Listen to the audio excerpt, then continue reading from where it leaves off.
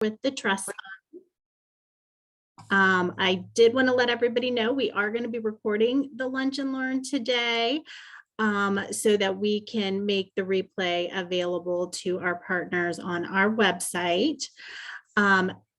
Each April, the Trust Fund really works to spread awareness of child abuse and neglect prevention efforts across the state. And for the last several years, our awareness campaign has been the Be a Hero in the Eyes of a Child campaign, encouraging adults to be a hero in the eyes of a child, one simple act of encouragement at a time. And this year, we are really focusing and tailoring that campaign around the impact that positive childhood experiences have on youth. So essentially, as many of us know, adverse childhood experiences that young persons may experience can have impacts on them throughout the course of their lifespan. But we have had some really exciting emerging research about positive childhood experiences and how they can help mitigate those adverse impacts. And so that's really the message that we are trying to promote through our campaign this year. And we held our April Child Abuse Prevention Month kickoff event last week. And we were very excited to be able to offer a presentation, a keynote during that event from Mary Kreitz. And she is going to be our presenter for our Lunch and Learn today. Mary is the trauma therapist and training director at Child Adolescent Behavioral Health in Northeast Ohio. She has a master's degree in community counseling from the University of Akron and is certified as a trauma and loss specialist by the National Center for Trauma and Loss in Children. She is also a trained provider of parent-child interaction therapy. So Mary, I want to welcome you and invite you to go ahead and take over the screen sharing and get us started today. Thank you all for joining us, and feel free to put any questions in the chat throughout. Thank you so much, Lindsay. I do want to say that I went ahead and put a few handouts in the chat. I put a copy of the PowerPoint slides that I'm going to be sharing. I also put in a handout that is just a fantastic summary of some of the categories of positive childhood experiences, and another handout that is about the language of resilience and really shaping the way that we talk to kids. So I'll be kind of coming back to that a little bit later, but I'm going to go ahead and share my screen and pull up the slides here. Last week we talked about the why positive childhood experiences are so important. And this week we're really going to focus more on the how. If you want to foster positive experiences for the children in your life, how do you do that? How do you get started on doing that? And there isn't one correct way to do it. There's lots of opportunities to do it. So we're going to talk about what some of those are. And hopefully the slides will actually advance. Here we go. So just to kind of review what positive childhood experiences are, they are the positive experiences and supportive relationships that provide the buffering that allows children to withstand or recover from adverse experiences. Bad things happen in life, difficult things happen in life, but when we also have positive things, good things, happy things happening in our life, then we're better able to come through those. And there's been research showing that people who are successful and happy as adults are able to think back and remember that they've had some positive experiences when they were children. And this is some research from Christina Bethel, who found 7 categories of positive experiences that really connect to being those healthy, well-functioning, well-adapted adults. And so we're going to take a closer look at a lot of these categories and think of some strategies that we can do to really create opportunities for children to have these experiences. How do we do that? First off, talking about feelings. Children don't just automatically know how to talk about their feelings. So we have to help them build a vocabulary of words to use when talking about feelings. Because a lot of kids know they feel good or they don't. Or they might know the big three. They know they feel glad, mad, sad. But helping them to build a richer vocabulary, to talk about frustration, disappointment, jealousy, feeling content, that sometimes we're not happy, but we're also okay. Helping them to flesh out all the different nuances of different emotions helps them to actually make it a known quantity, a known experience. And that way it's less overwhelming and less of just this nebulous, ooh, I feel yucky kind of state. We want to reflect and validate the emotions that you see a child experiencing, because it's important to remember that all emotions are valid. Some of the behaviors people do when they're feeling emotions are not okay because they're not safe, they're not respectful, they're not acceptable. But the feeling underlining it is, and it's really important that kids understand that. Sometimes I hear kids tell me that it's not okay to be mad. Well, yes, it is. It is okay to be mad. It's not okay to hurt people when you're mad, but it's okay to get mad. And one way that we can help them to learn how to do that is really to talk aloud about our own feelings, to say, you know, this didn't work out the way that I wanted it to. So right now I'm feeling a little frustrated, but here's what I'm going to do to deal with that. And I'm going to make the best out of this situation.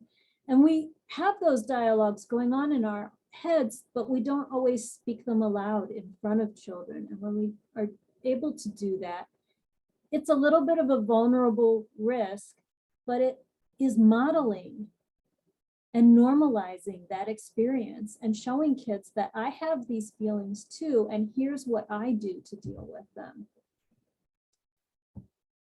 And again, remembering that all feelings are valid. So whatever you're feeling, it is okay to feel that feeling. I still love you and I'm here to support you through it. Even when you're sad, even when you're angry, even when you're angry with me, that is okay. I'm still gonna love you and be there for you. And we need to ask them, how are they feeling? And a lot of times we do that and then we get, fine, or I don't know.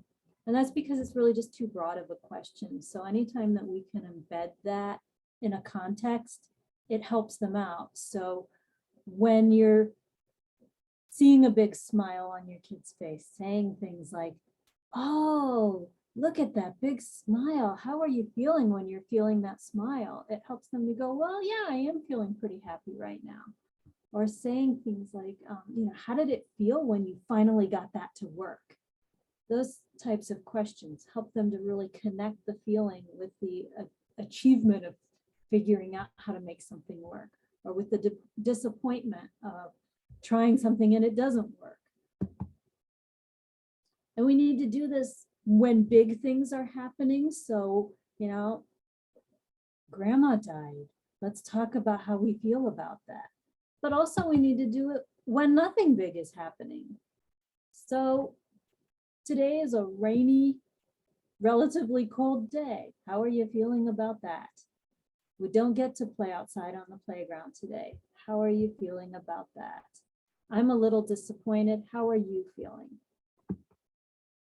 We want to talk about feeling when changes occur, because change is a really difficult situation for a lot of people. So checking in with kids, how are you feeling about this change? You're disappointed because things that you liked might be going away, but it's also exciting because new things are coming in, and helping them to understand you can feel both of those at the same time, and they're both valid. Or one person might be excited and someone else is disappointed, and both of those are okay. We never want to tell a child that they should or should not feel a certain way. So even when you get that kid who's got their grumpy face on and their arms crossed and they're going, I'm fine, I'm happy, I don't want to tell them, no, you're not. But I might say, well, your voice sounds like you're angry, or I'm seeing that crease between your eyebrows, and it looks like you're really confused about something. But if they're going to insist that they're angry, there's a reason, or that they're happy, then there's a reason that they need to believe that you're believing that. And so we're going to let them have their truth the way, whatever way they want to define it. Kids need to feel supported in difficult times. So how do we do that? First off, we don't want to wait until difficult times happen before we start working on this. We want them to feel supported all the time. We want to open the door for them to be able to talk about what they're going through, even when it isn't a big, momentous, difficult time. So you be there to talk and give attention when they come to you with their seemingly trivial or insignificant things. So when the kid is bringing you whatever construction they built out of Lego and saying, look what I made, or they want to tell you about the achievement of whatever new level they've reached on their video game, you want to give them attention and listen and say, wow, that is a big deal. I know that you worked hard on that. Or what a creative idea to build it this way, because it opens the door. So if you can comfortably come and tell me about these small things, when something big eventually comes down the line, and it usually does, they're going to already have that relationship there, that basis that this is a person I can talk to. And they're going to be more likely to actually come to you and bring their problem to you. It may seem little to you, but it is big and important to them. And again, it lays that groundwork. When kids do come to us, we want to be non-judgmental. It's really easy to fall into that idea of saying, well, here's what you did wrong, or here's how you should have done it. And instead, we can look at the effort that they put into it, look at the creativity that they put into it. And instead of telling them they were right or wrong, tell them, well, you know, I wonder what might happen if we tried this. Or ask them how they feel about it. When we take things from that more judgmental, fixed mindset that things are right or wrong, there's a correct way to do things, then we're using a very fixed mindset, and that mindset is very hard in terms of being able to accept that the world isn't always right or wrong. There are gray areas that sometimes you don't get it right the first time, but that doesn't mean that you failed.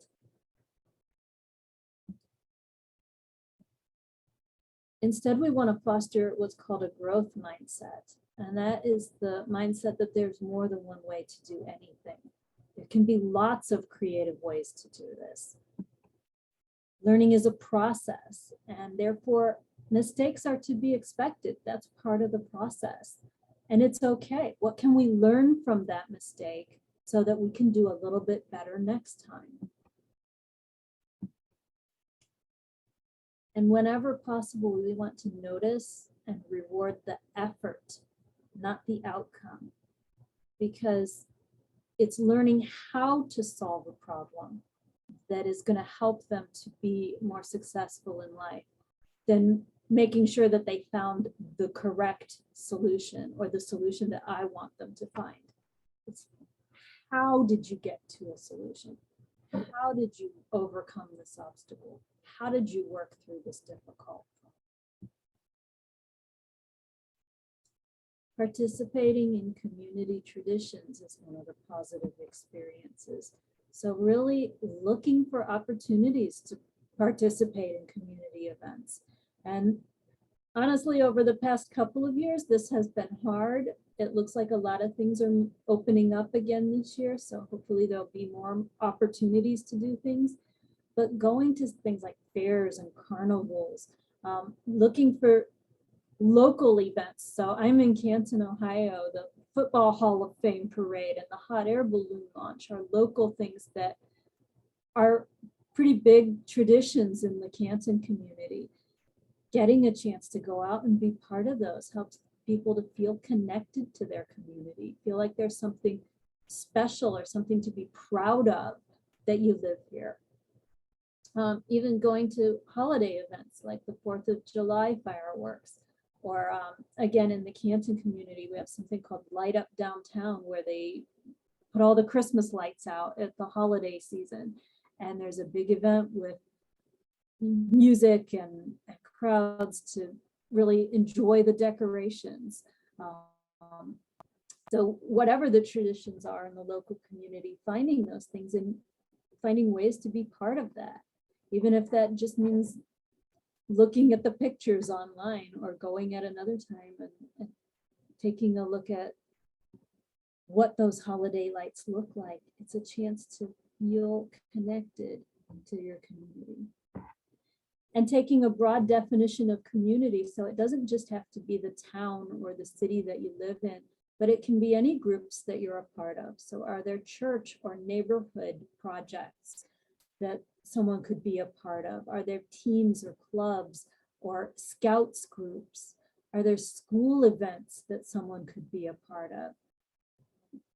Just feeling that connection to a group that's larger than just yourself and your immediate family really helps people to feel like they belong, and it helps them to feel like there's a lot of resources available to them should they ever need them. That feeling of belonging at school. School is such a huge part of kids' lives. So helping them to feel like they belong, that the school is not just tolerating their presence, but that it is actually their school, that they are part of the school community. And being able to participate in extracurricular activities, clubs, teams, really helps people to feel like they are a part of something. And those can be in any form. Sports comes to mind very quickly for a lot of schools, but looking to see what other things, not every kid is an athlete, so what other things are available? Is there music? Is there drama, art, student government? Do they have social service projects? Do they have academic tutoring? Things like that can all help a person to feel like they are connected and that this is their community. This is part of where they belong. If you're working at a school, things that faculty and staff can do, taking time to get to know the students. It really makes a big difference when someone at your school knows your name and recognizes you or recognizes things that you're going through or that you've been involved in. It's really important to always model respect, acceptance, and inclusion, and to show that in front of kids, because we can't expect them to do behaviors that we're not willing to do ourselves. So if we're able to show them that this is how I show respect to the people around me, then they're more likely to learn those same kind of habits and to do that same type of behavior in their life. Standing up for students who are being disrespected, rejected, or alienated. So it's not enough to just say, well, I'm going around being respectful to people. But if I see someone else who is not, I need to acknowledge that that's happening and do something about it, to say, hey, that's not okay here. Because again, as the adult doing that, kids watch and they see how you handled it. They see that you're saying this is not acceptable here. If we try to just turn the blind eye and say, well, we're going to ignore that and try to look for better behavior, it sends that message that these things aren't really all that bothersome, that it's okay to disrespect this person. It's okay to reject this person. And that's not really the message that we want to send. Checking in with students periodically. How are you doing? How are things coming along? If you know something about what's going on in their life, just asking them, how is it going? Find out what they're into. That is really exciting. What's going on with you?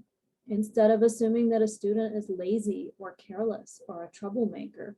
So sometimes we see kids that are not really putting a lot of effort into things, but is that because they're lazy, or is it because they have no energy left after trying to deal with all the stuff that's going on in their life, all the other things that they've got to deal with? So finding out what is going on helps you to have a better perspective of what they're dealing with and what can actually be expected of them. And then sometimes be able to say, well, you know what? Let's try to make this work for your life. Listen. One of the number one things we can do for kids when we ask them all these questions, how are you? What's going on with you? Listen, and listen carefully to their answer. Nothing is more invalidating than asking somebody, how are you? And then not bothering to stop and listen to what they actually say, or just hoping that they say, fine, thank you, and then move on. If they're telling us how they're doing, show them the respect of listening to what they're saying and actually hearing and receiving that information. Feeling supported by friends. So it's not enough just to have supportive adults in our lives. Kids need to feel connected to their peers. They need to feel like they fit in. But kids are around adults, and from the time that they are very little, they see how we interact with other people. So part of what we can do is to model what a good friendship is like. Mutual respect. If they see us being respectful with our friends, they're going to be more likely to be respectful with their friends. If they see us being there for each other, so that when somebody's having a hard time, we're going to go help them out. Or even the little things that we do all the time, giving somebody a ride somewhere, helping somebody when they need to move, being there for each other when somebody needs a babysitter, or they just need someone to listen. Being there for each other, showing what it is like to be trusted and to be trustworthy and to be willing to trust someone else. When kids see adults being able to do those things, they're more likely to be able to do that in their own life. Being supportive. What does it mean to be supportive? We use these big words and kids don't always know what that means if they can't see it happening around them. Communication. How do we communicate with each other? And I don't just mean, can I send a quick text message, but what type of words am I using? What do I do to make that communication clear? And is it friendly, supportive communication, or am I making kind of those biting, sarcastic remarks all the time? Compromise. I'm not always going to get everything that I want. So can I model what I'm doing to compromise? Common interests. How do I find friends? What do we have in common? Why am I friends with the people that I'm friends with? Allowing and accepting differences. I don't just hang out with a group of people that are all clones of me. I have a really diverse group of friends because I want to hear different perspectives and I want to try out different things. And having friends that are different than me gives me opportunities to do that. And how do you work through disagreements and conflict? Any group of friends is going to have times that they disagree. How do you work through that? When kids start to form their own friendships, learn who their friends are. What do they do together? What do they have in common? How do they treat each other? How do they handle their disagreements and conflicts? Allow them chances to explore different possible friendships. And sometimes that means allowing them to have friends that are not the ones you might have picked for them. It also means supporting their efforts to spend time with their friends outside of school. So do they need a ride to get somewhere? Or can they have a friend come over to the house? Can you set up to meet at a playground or a park. Kids need to have trusted non-parent adults. One of the best resiliency factors that research has found over and over again is being able to have a relationship with an adult who is not your parent, but is a trusted, supportive person. So how do you set that up for a child? Asking them, if you had a problem or needed help and I wasn't available, who would you trust that you can talk to? See who they say that they would reach out to. And screen, who might you want them to trust? And talk to them and say, you know, if you ever have a problem, you can call Auntie Mary. She'll be there for you. That lets them know you've given your blessing to that. If they're saying that, well, they trust their friend's mom, you might want to check out who is that friend's mom, and is that friend's mom going to give the kind of advice and support that you would want your child to have.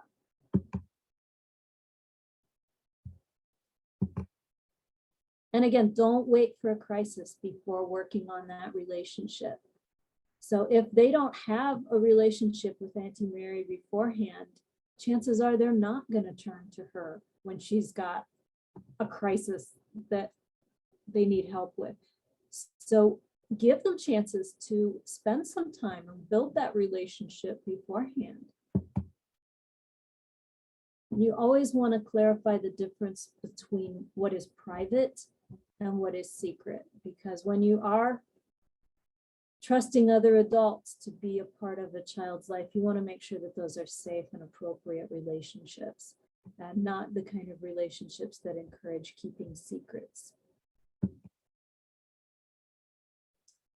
Helping kids to feel safe and protected. We all need to feel like there is a safe place for us to be. So talk about what you do to keep your home safe. Sometimes kids need really obvious things pointed out to them, like we have a door that locks, we have an alarm system on our house, or we live in a safe neighborhood. Our dog is likely to bark if someone were to come to the door. So people can't really sneak in without us hearing about it from the dog. Whatever the situation is in your home, letting the kids know what are the things we do to keep it safe. Making plans for what to do in an emergency. Hopefully you never have to actually use those plans, but for a lot of kids, just knowing what the plan is helps them to feel safe and secure. That, okay, if something ever happened, here's where I would go. Here's who I would call. Here's what I would need to do. Acknowledge potential threats or challenges that your family may face in the near future. So if they don't live in a safe neighborhood, talk about that. What are the things that make it unsafe? If there are things going on in the family that might be challenges. So mom has lost her job recently, and that might mean that we need to move. Talk about that. How is that decision going to be made? If you were to move, where would you move? Or how would the decision be made as to where you're going to move? Talking about it helps them to be less surprised when or if those things come up, and better prepared so that they can actually handle it and cope with it and feel like you are including them in that process of decision making and planning.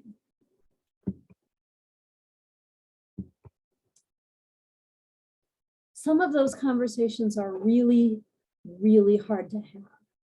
So how do you have those conversations when there are things coming up?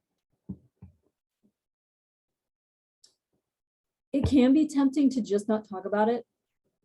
So we're going to shelter them. We're going to protect them from knowing these things are going on. So we're just not going to tell them. Truth is that usually does not work. Kids find out somehow. And if they're not finding it out from you, You have no control over what version of things they find out, what details they find out. And also, you're showing them that you're not a good source of information. So they really do need to hear it from the parents, from the trusted adults in their life. If you're not a parent, you can still be one of those trusted adults that's they're helping a child out. But you can't help them out if you're not talking about it. When you do talk about it, you can share your perspective and your values. You demonstrate that you're open to talking about difficult things with them. Again, if you're not talking about it, kids will fill in the blanks on their own. So they might have gaps in their information. They're going to fill in those gaps. And usually when they do, it's not very accurate. And it's likely to be worse than reality is. So they tend to be more stressed out over the stuff that they've filled in on their own than what the real situation is when we actually sit down and explain it to them.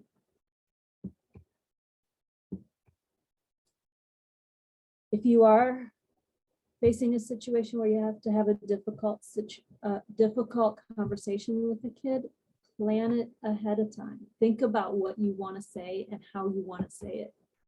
Talk to a friend or have a friend talk it through with you so that you can kind of get an idea of how you're going to present the ideas that and the information that you need to present. Get a second opinion. Does this make sense when I try to explain it? Does it sound scary or does it sound comforting? And process your feelings, because you need to have a grip on how you're feeling about the situation before you can help the kid to process their own feelings. Think about when to have that conversation. You want to try, if at all possible, to do it when everyone is calm, because our brains are more receptive to taking in information when they are calm. If we're all upset and emotional, we're not hearing things as clearly. We're not processing that information so that it actually goes into memory. So having that conversation when you're both able to give your undivided attention, if it's possible to eliminate some distractions, do that. Sit down and talk one-on-one. Sometimes with teenagers, being able to have a tough conversation when you're doing something else, like when you're in the car driving to somewhere, or when you're working on a task, is a little bit more comfortable for them. But you want to make sure that it's not an activity that is too distracting so that they're not really getting the information.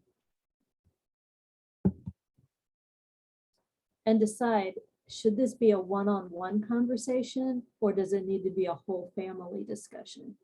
Sometimes, depending on what the situation is that you need to talk about, or even the ages and developmental levels of the people involved, you might decide that this needs to be handled one-on-one because I'm going to explain it differently to a young child than I would to a teenager. But sometimes it's affecting us all as a family, so we need to sit down and talk as a family.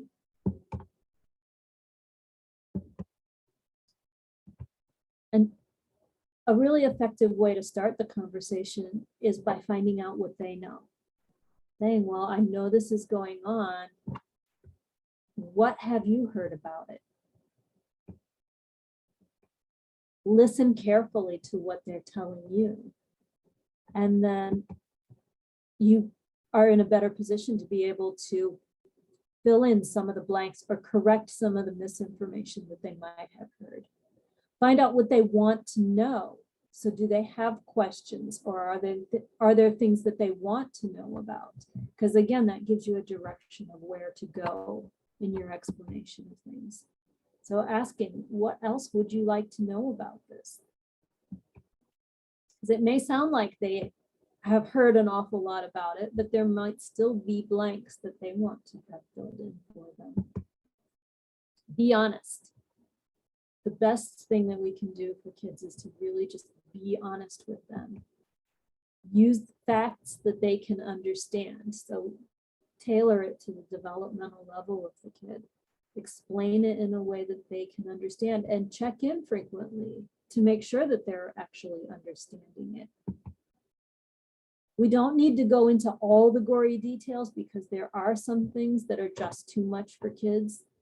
So letting their questions and their reactions guide you toward how much they need to know without going into too much of the details they don't need to know. And be willing to admit if there are things that you don't know. Because a lot of times when difficult situations are happening, we don't know what's coming next, or we don't have all the details worked out. And it's okay to let them know, I don't know that yet, but I'll come and talk to you when I do find out. Or I'll come and talk to you when it's time to make that decision, and we'll work on it together. When you're having those difficult conversations, share your feelings. Let them know that, you know, this is hard for me too, or I'm really sad that we're going through this too. It shows that it's okay to talk about feelings, even the ones that are not the pleasant feelings, because kids often feel like it's okay to talk about feeling happy, but it's not okay to talk about being sad or scared or angry. Ask about their feelings. Validate whatever they're feeling. It's understandable that you might be scared about this. Sure. Reassure. Let them know that you're doing everything you can to take care of them. Reassure them that you're available to answer any more questions that come up. A lot of times I have a conversation with somebody and I might not have a question come to mind while we're talking about it, but later on in the day I go, oh, I didn't even think to ask about this. Let them know you're available, and this is not the end of this conversation. Once we talk about this, if you have other questions that come up, or if there are other things that you think about that you want to discuss about this, I'm available and I'll talk to you about it. Reassure them that you love them. Kids really need to hear that. They need to see it and feel it. Let them know that no matter how tough things get, I'm still here for you. I still love you. No matter how mad or frustrated or scared you are, I'm still here and I still love you.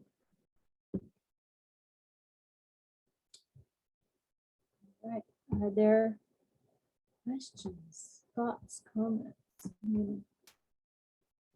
Stop the share and open things out, because I know that there's a lot of people on this meeting who work with kids, who might be parents, might be interacting with kids on a regular basis, and might be in a situation where they are working on some of these things. So are there questions, or are there any great stories of things that people have done, any strategies that you guys have done that you want to share with the group?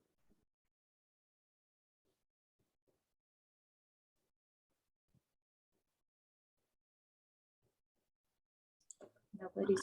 I can kick it off, Mary. First of all, I would just say this has been a really great training for me. I have two younger children, 5 and 10. And so even just hearing what you said are things I'm sticking, away in the back of my head for conversations with my little ones. And I agree with Melissa. I put in the chat, she loved all the specific examples. So one question I had listening was, thinking about, probably many of the professionals on this call have worked with children who have experienced, trauma in some respect or another. Are there any, specific tips or ways that you would suggest, or that, adults would need to maybe kind of adjust some of those tips when having those difficult conversations with children that maybe have experienced trauma?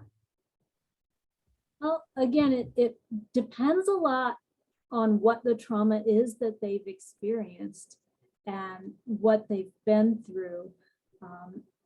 So a lot of times you do need to know the background of the kid that you've been through or the kid that you're talking to and what they've been through, and to really acknowledge what they've been through. And if you're seeing a connection to say, you know, I know this is really difficult for you because you've been through this in the past, and give them permission to talk about that, because chances are that connection is happening in their mind. Don't worry that you're going to plant it. Sometimes we worry about that ooh, if I bring it up, maybe they weren't connecting it, but I'm going to make things worse by saying it. No, that generally is not the case. Usually if you bring it up, they're going, oh, thank goodness, I was thinking about that, but I was scared to mention it. And if they weren't, frankly, kids are pretty blunt and they'll tell you, no, that's not what's going on with me. And then you can go, okay, great, I'm glad to know that. But when kids have gone through trauma, you want to try to look at where are some of those areas that they are really vulnerable. Was it a trauma that affected their ability to trust other people? So then helping them to know, here are the people that we can trust. Here are ways to know how you can trust someone, or whether or not you can trust someone. If they've been through trauma that makes them feel unsafe, having that safety planning usually does really help to calm their brain. It helps them to feel like, okay, we know what to do.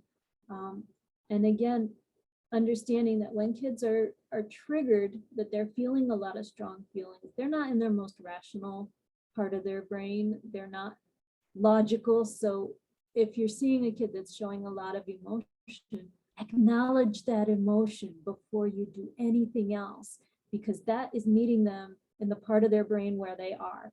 If they're in a really emotional state, being able to just reflect that and say, you know, I can tell you are really upset right now. You sound very frustrated, and I can see, you know, describe whatever you see them doing. I can see the way your hands are making fists, or I can see the expression on your face is showing me what you're feeling. And a lot of times just having that acknowledged makes them go, yes, that is what I'm feeling. And you get it. And that makes me feel safer right there. The grown-ups I trust know what I'm going through, and they get it. And then that calms their brain enough that then you can work on problem solving or safety planning or whatever it is you need to do next. But just helping them to acknowledge that can be a huge thing. And sometimes kids have really creative ways of letting us know what they're feeling. Something that happened, I have a niece who is, well, she's now 5, but she was 4 at the time that she did this. I was babysitting for the day, and she wanted to do something, and I told her that no, we couldn't do that in this particular moment. And I was actually working with her brother on finishing a homework assignment that he had, and she was mad at me. So she had a little notepad that I had given her for Christmas that had a little snowman in the corner, and she ripped one of the sheets out of this notepad, scribbled out the snowman, came over and slapped that paper down in front of me. And her brother was like, what are you doing? And I said, well, what I think she's doing is she's letting me know that she's mad at me. She didn't get to do what she wanted to do, and she's letting me know she's mad at me. And that's okay, because she's allowed to be mad. And I still love her, even though she's mad at me. And when she's ready to talk about this, she's already let me know what's going on. So I'll be ready to talk to her. And he just kind of looked at me like, whatever, and then just went back to his homework. But she was on the other side of the room and listening in. And a few minutes later, she came over and she kind of crouched down to go under the table, reached up, grabbed that paper back, erased the scribbles from over the snowman, and slid the paper right back up in front of me. And I said, oh, does this mean that you're ready to talk about it now? And she just nodded and didn't say anything. And I said, well, do you need a hug first? And she really nodded for that one. So I gave her a big hug, and then we could talk about why did I say no to what she had wanted to do. And the fact that that no didn't mean no never, but we're not gonna be able to do it now. We're gonna have to do that another time. And she was okay with it. But I needed to first off recognize what her message was when she gave me the scribbled out snowman. That was her just letting me know how mad she was. I needed to let her know that I'm gonna love her anyway, even if she's mad at me, that I'm strong enough to handle her anger and not take that as a reason to reject her.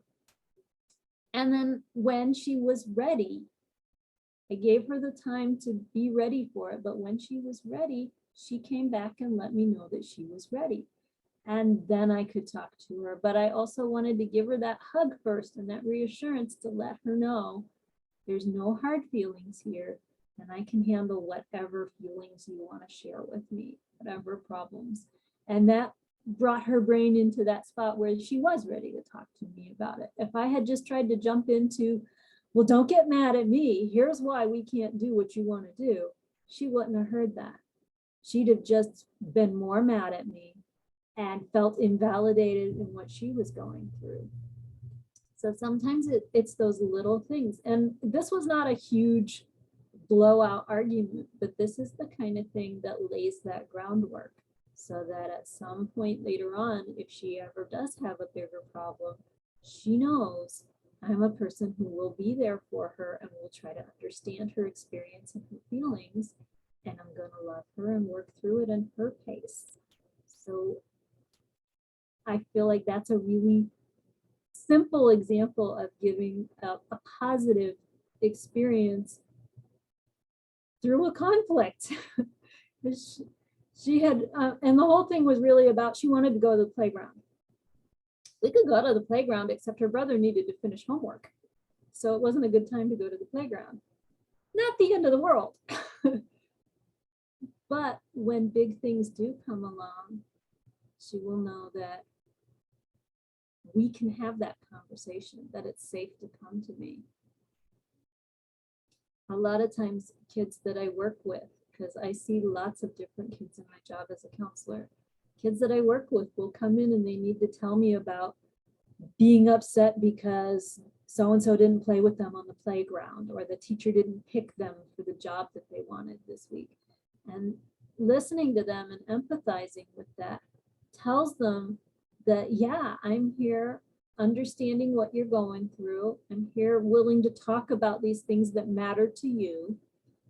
And then when I need to talk to them about the bigger things that are going on in their life, usually the reasons why they're coming in for therapy, they feel safer, more comfortable talking about that because we've laid that groundwork.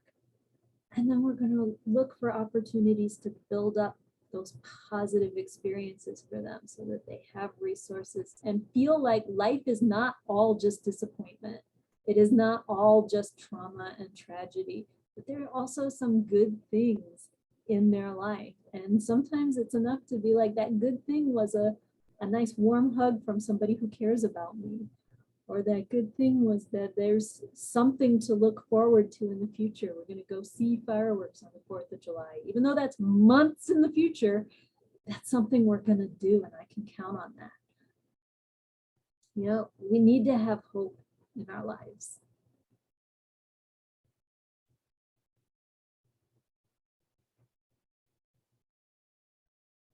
And I want to give a chance if anyone else has a question. Feel free to go off mute and ask or type it in the chat. Someone did ask for the PowerPoint slide, so I reposted that, and I'm going to repost the other two handouts in case anyone did not get them from earlier. You have to scroll, and I also know sometimes if you were not on the call yet when it came up, it might not be available. So try to put those out.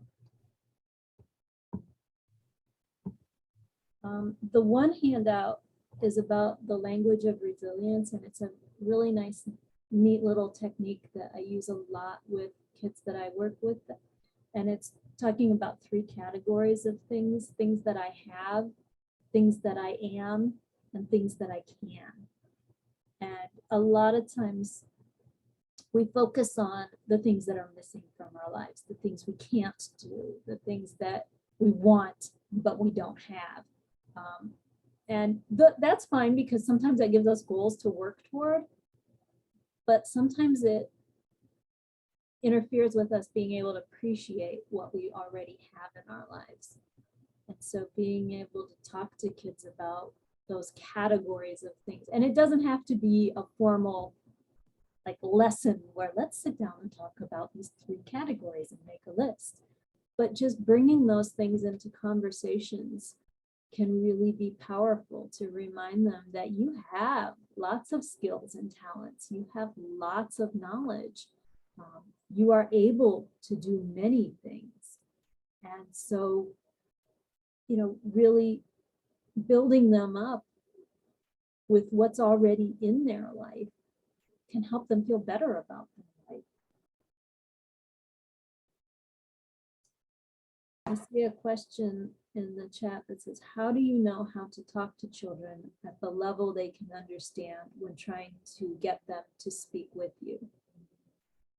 So some of it is really trying to encourage them in a back and forth. So making a statement and saying something like, I need to talk to you about something that is happening, and explaining what it is, and then asking them, do you understand what I'm saying? Or what questions do you have so far about what I've said? So giving it in small chunks and checking in with them.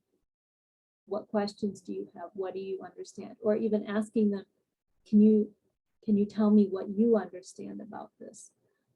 And sometimes I will stop when I'm talking because I notice that I've used a big word, and just check in with them and say, do you know what I mean by that word? And honestly, sometimes it's not even like big words, but it's words that are vague that sometimes I have to check in. So when I'm talking to kids about respect, a lot of times I need to stop and say, well, what does it mean to you when I say respect? Do you know what that word means?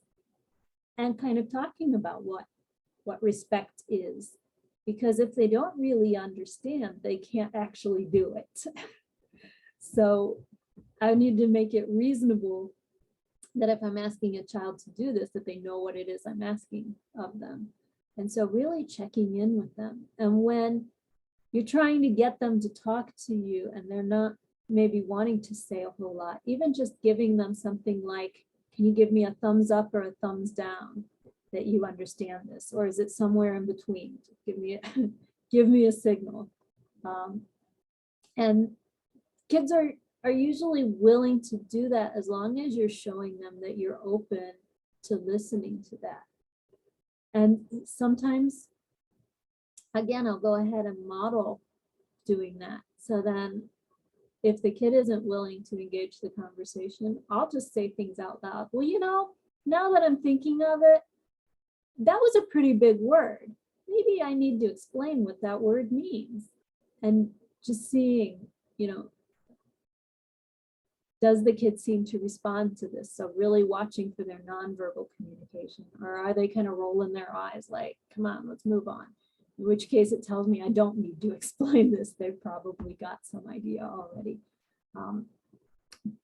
But a lot of it is just trying to lay that groundwork that I'm a safe person to talk to.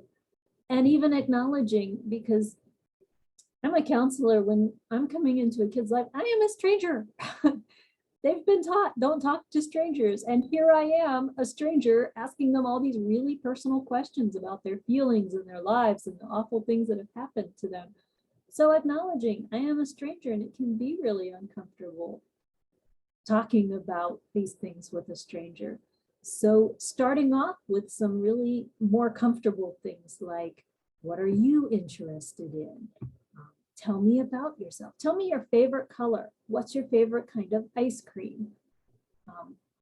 Letting them know a few things about me. A lot of times I'll talk to kids while we play Uno or color pictures, because that is comfortable territory for them. We're just sitting and talking one-on-one with a grown-up can be really intimidating.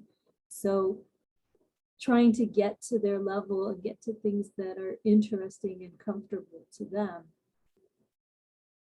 lays again that groundwork that they can start to open up to you and share what they're going through, and then echoing it back to them that you understand what they're saying, just by sort of paraphrasing or summarizing what they've said, lets them know, yeah, she really does get it. And don't be afraid to be wrong, because that happens too, where sometimes kids will say something, I'll say, oh, well, it sounds like you were really frustrated when it happened. And they go, no, I wasn't so much frustrated as this. And then I'm like, oh, thank you, I understand even better now. Because if I'm wrong, they're usually pretty quick to let me know that I'm wrong, and I'll take that. I just want to be listening actively while they're telling me stuff. If I'm wrong, correct me. Great. Then we can be on the same page and I understand even better. Great. We have about 4 minutes until time, and I want to be respectful of everybody's time, but I was wondering if maybe you could kind of sum it up for us too.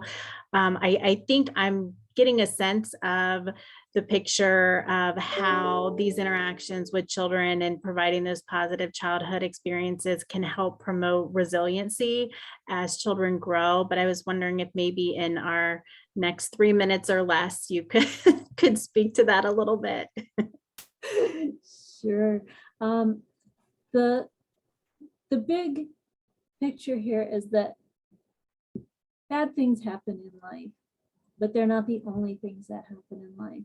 And so as much as we can, we want to try to prevent the bad things from happening. We want to mitigate the effects of those bad things that do happen. And one of our most powerful tools is to foster these positive childhood experiences, to let them feel like there are good things in their life, there are good people in their life, that the world is not just an awful, uncaring thing. And a lot of these positive experiences are very relationship based. So I keep going back to that idea that we need to lay the groundwork by building that relationship with the child, by showing them that you are a safe person, that you're a caring person, that you're willing and open to having these conversations with them, that they're going to be reassured by the fact that you're able to listen to this and not scared off by their feelings. You're not going to reject them because they're not perfect, but that you're there to talk about these things with them, and that you're there to support them and help them. And sometimes just to be with them is enough. When you have that relationship of caring and trust. And so that's something that you don't just want to wait until there's a crisis to jump in and say, well, here I am, I'm your safe person, you can trust me. Because the truth is, then you really aren't the person they're going to turn to. Building those relationships over time and being consistent and open and caring and non-judgmental really lay that foundation, and helping them to have access to resources and connections within the community. So if I'm not the person that they connect with, are there other people that are safe, supportive people that I can hope that maybe they'll connect with one of them? And really just opening the door to allow those things to happen when they're needed. Thank you so much.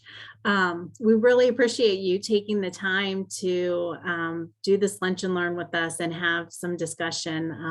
This has been really beneficial for me. I hope other participants this afternoon, I hope you guys have enjoyed this time as well.